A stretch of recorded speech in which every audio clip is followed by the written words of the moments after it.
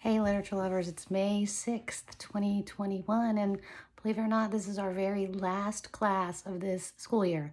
This has been a very strange school year, doing all this school online. I do want to remind you that today is the last day to turn in any outstanding assignments that you have. Please don't email me and say, what assignments am I missing? Because honestly, y'all are high school students and it's your responsibility. You should have every email that I have sent you that it lists an assignment for that day or that week. So go back through that if you think you haven't finished something or anything like that, but get that to me as soon as you can, preferably tomorrow at the latest, so I can get your report cards completed. Keep in mind though, if you don't turn all your assignments, that is going to negatively affect your grade. But otherwise, it's been a great year. I think we've read some great books. I've read some great writing, great poetry, great stories. Y'all are excellent writers. One of my best years of NaNoWriMo, National Novel Writing Month. Great novels. I just really enjoyed reading your writing. For the most part, y'all really excelled. This is a great class. I want to tell you next year, if you're taking literature next year, I will be teaching world literature.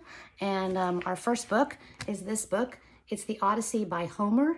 And it's very important, if you're going to take the class, tell your parents they have to get this translation by Emily Wilson. Okay, it's the best translation ever. It just happens to be the first published translation by a woman, which is kind of neat. But the thing about the Odyssey is it's a poem. It's a story and an epic poem.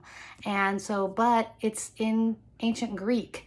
And so it has to be translated into English for us to understand it. Obviously, the thing is a lot of translations just don't keep the rhythm and the beauty of the poetry of the language. And this is the first translation I've ever dealt with that she really manages to keep the beauty of the poetry, and it's not hard to read, and you can feel the rhythm of it as you read the story.